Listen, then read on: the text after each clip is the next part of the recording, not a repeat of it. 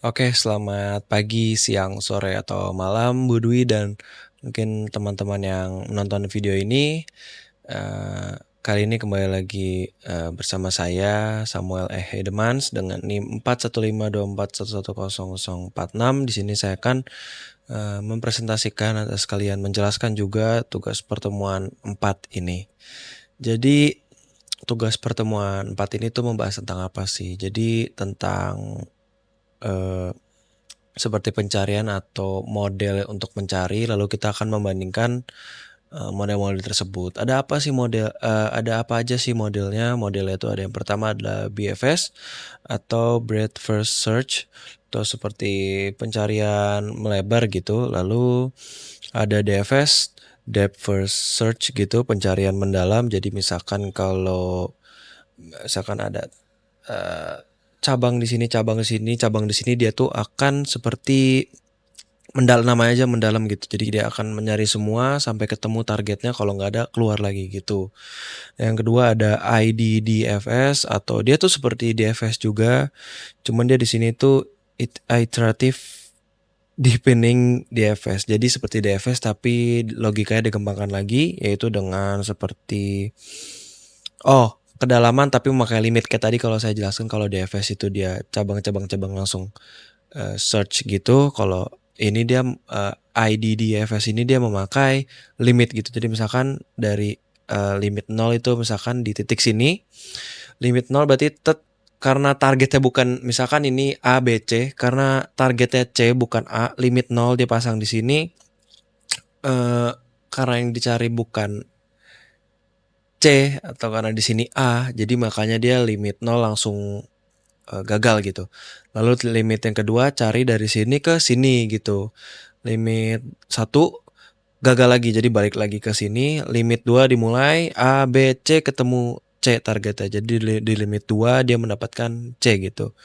Lalu ada keempat tuh UCS atau Uniform Cost Search. Jadi kalau UCS ini tuh dia mencari paling murah lah, ibaratkan budgetnya paling minim, dan emang dia ini modelnya tipe yang misalkan di sini ada 2 cabang, di sini ada 1 cabang doang. Dia tuh akan lebih jelas memilih yang 1 cabang doang karena 1 node doang yang dibutuhkan untuk mencari sini gitu. Kalau ke sini kan harus cabang yang ini harus 2 node gitu. Dia strict banget lah soal ini gitu. Oke, kita masuk langkah-langkahnya. Yang pertama, yang pertama ini memakai bahasa Python, dan lalu juga kita memerlukan library lagi di sini, yaitu dari PIP.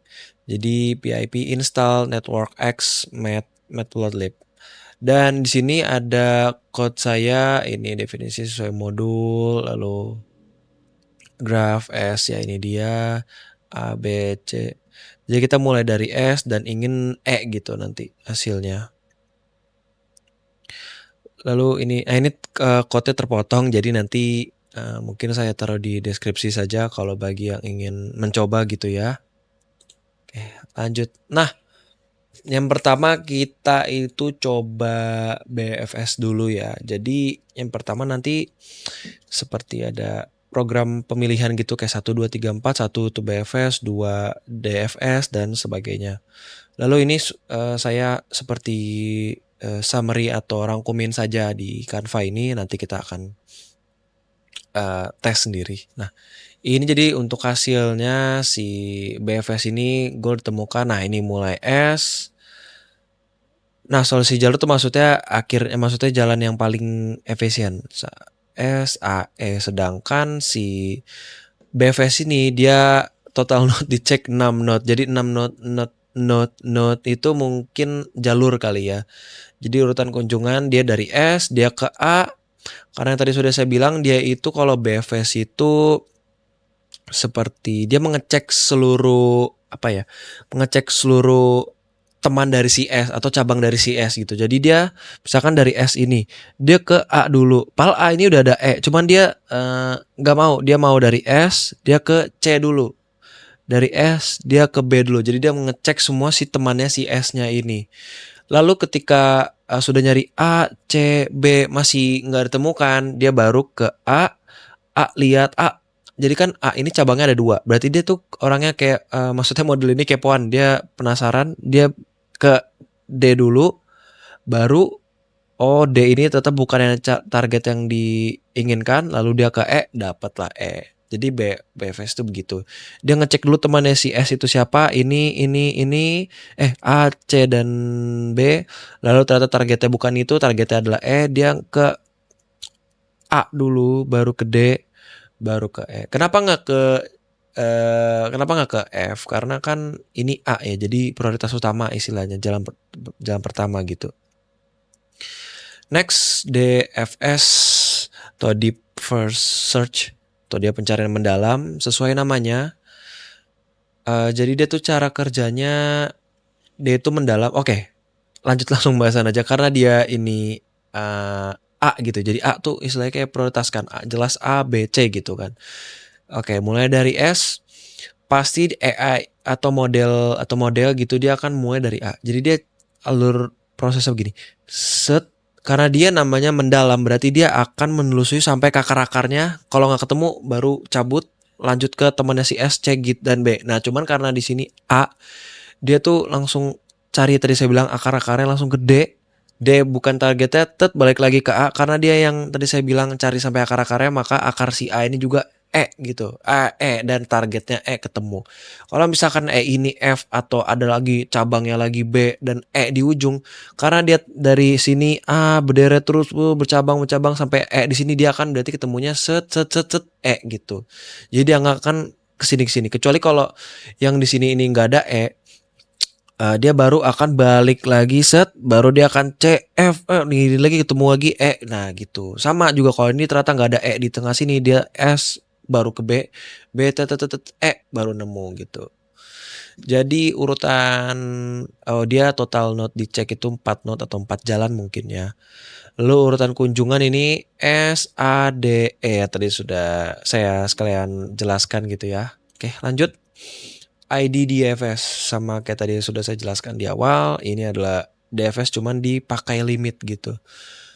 Oke, jadi nah ini lumayan banyak banget karena dia itu menyelam ya. Jadi limit cara kerjanya dia itu nanti dia akan ada limit 0, 1, 2 dan seterusnya. Jadi gini, tadi kan kita targetnya tuh adalah E. Kita mulai ID DFS ini.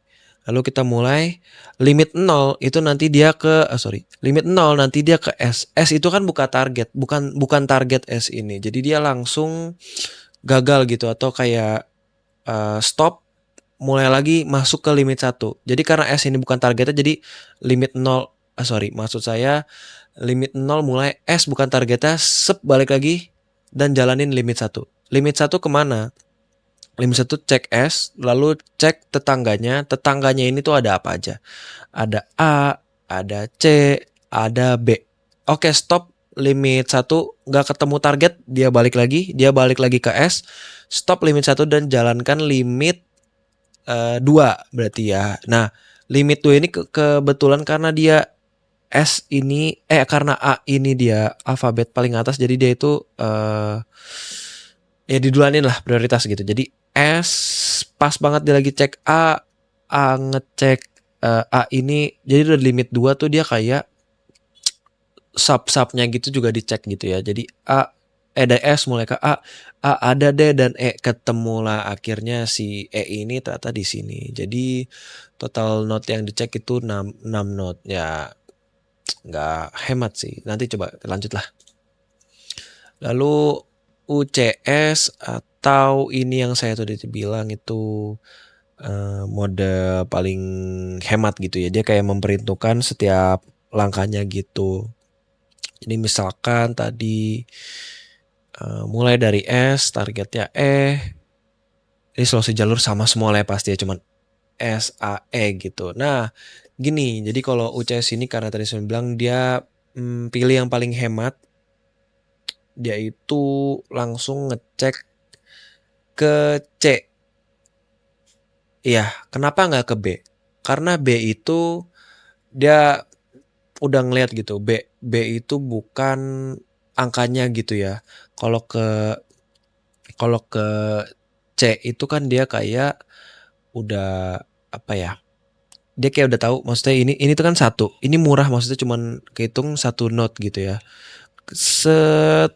Nah, yang ini tuh sebenarnya dia bisa baca cuman kan dia penasaran apa nih sub dari si C ini. Oke, akhirnya dia baca si C.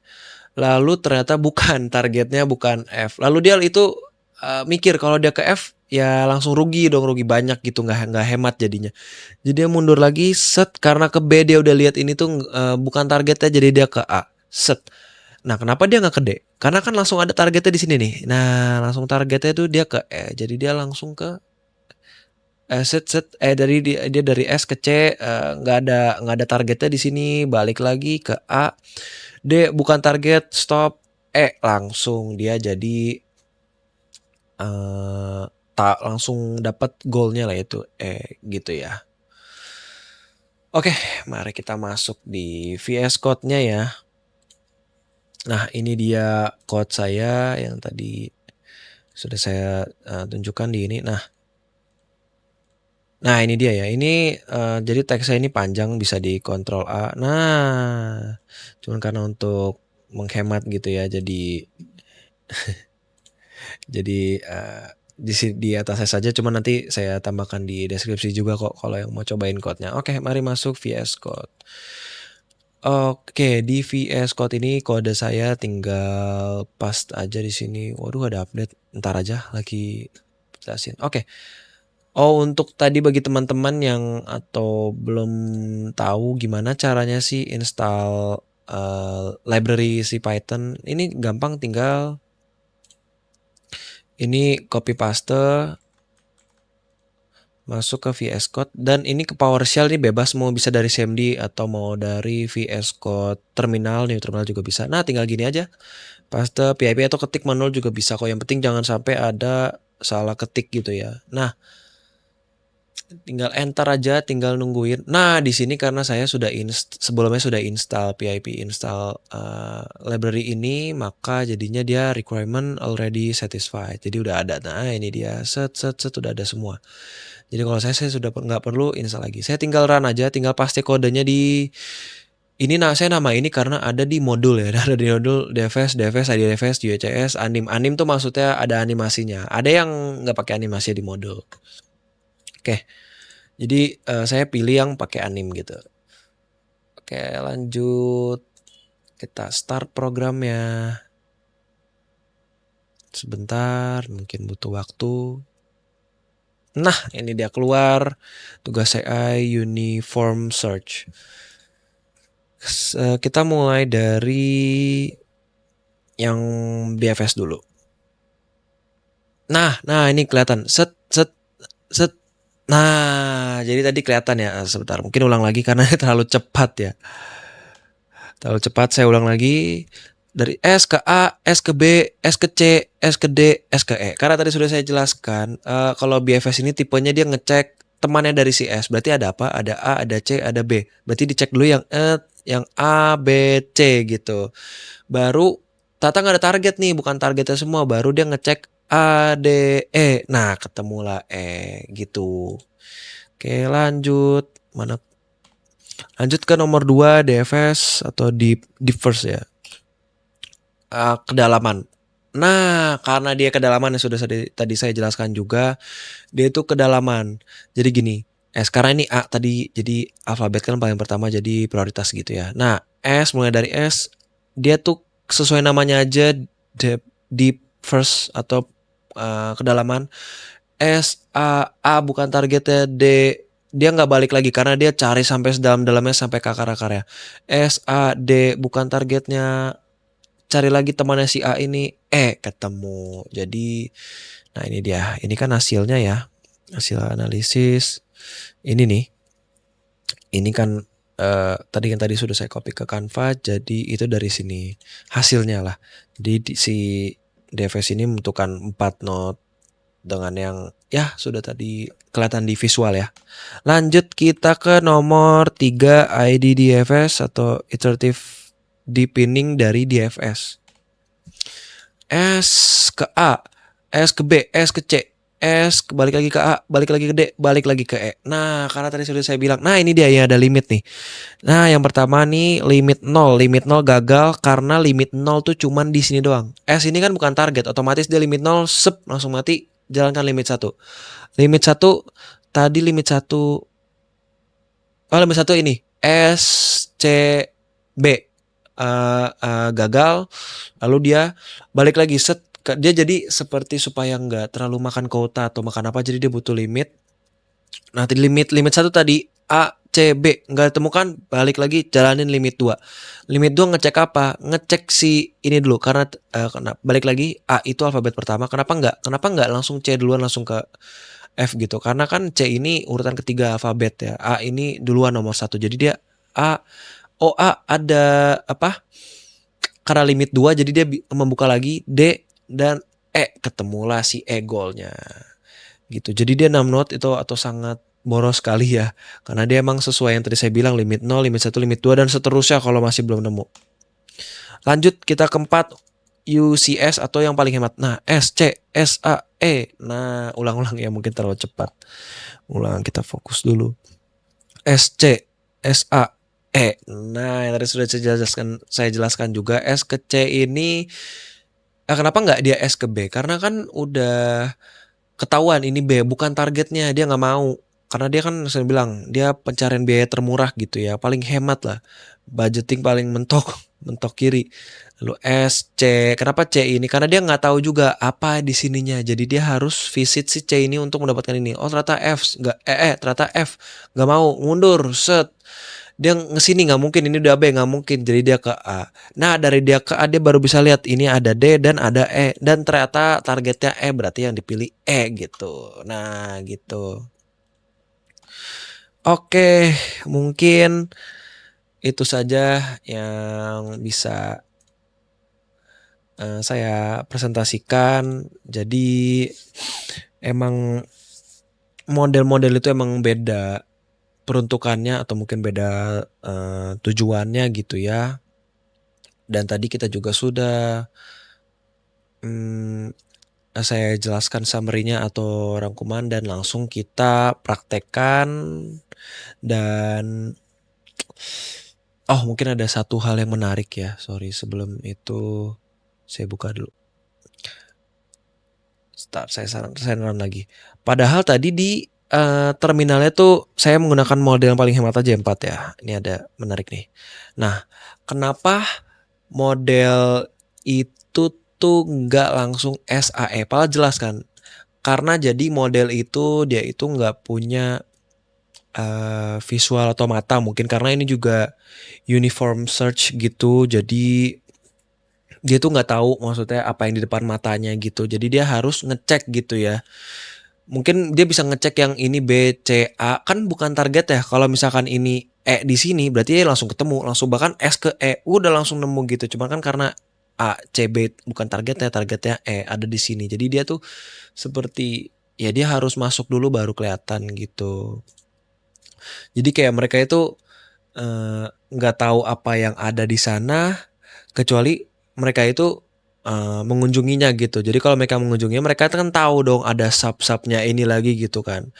Jadi ya inilah mungkin contoh sederhana. Cuman kalau udah sampai 1 sampai 100, 100 sampai 1000 itu mungkin memakan waktu yang cukup lama ya. Karena ya ini emang balik lagi ke tugas kuliah saya dan saya juga mempresentasikannya secara kalau bisa singkat padat jelas agar mudah diterima juga. Mungkin sekian dari saya. Terima kasih Bu Dwi dan teman-teman yang sudah menonton. Mungkin maaf kalau ada salah kata atau kata-kata saya yang kurang enak atau mungkin ya kata-kata saya yang salah. Jadi terima kasih, sekian dari presentasi saya. Jangan lupa subscribe ya. Terima kasih.